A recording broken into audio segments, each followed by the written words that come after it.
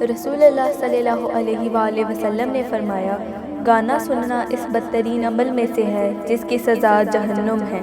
امام علی علیہ السلام نے فرمایا، گانا سننے سے مرد کی غیرت ختم ہوتی ہے اور عورت میں بے حیائی بڑھتی ہے۔ حضرت فاطمہ الزہرا سلام اللہ علیہا نے فرمایا، جس گھر میں گانا بجانا ہوتا ہو، رحمت کے فرشتے اس گھر میں داخل نہیں ہوتے۔ امام حسن علیہ السلام نے فرمایا، گانا سننے والے کی شفاعت میرے نانا رسول کریم صلی اللہ علیہ وآلہ وسلم نہیں کریں گے۔ امام حسین علیہ السلام نے فرمایا، گانا سننے والا ایسا ہی ہے جیسے کربلا میں میرے قتل میں شامل ہو۔ امام سجاد علیہ السلام نے فرمایا، جس گھر سے گانے کی آواز آتی ہے تو مجھے میرے بابا کے قاتل یاد آتے ہیں۔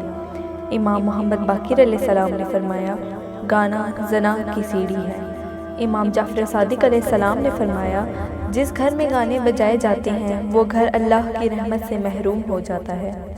امام موسیٰ کاظم علیہ السلام نے فرمایا، مجھے زندان میں سب سے زیادہ تکلیف ساتھ کے گھر سے آنے والے گانوں کی آواز سے ہوتی تھی۔ امام رضا علیہ السلام نے فرمایا، گانا سننے والا مومن کہلانے کا حق نہیں رکھتا۔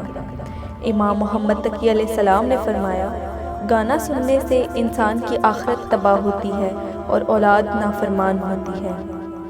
امام علی نقی علیہ السلام نے فرمایا، جس کے دل میں اہل بیت کی محبت ہو وہ کبھی گانا نہیں سنتے۔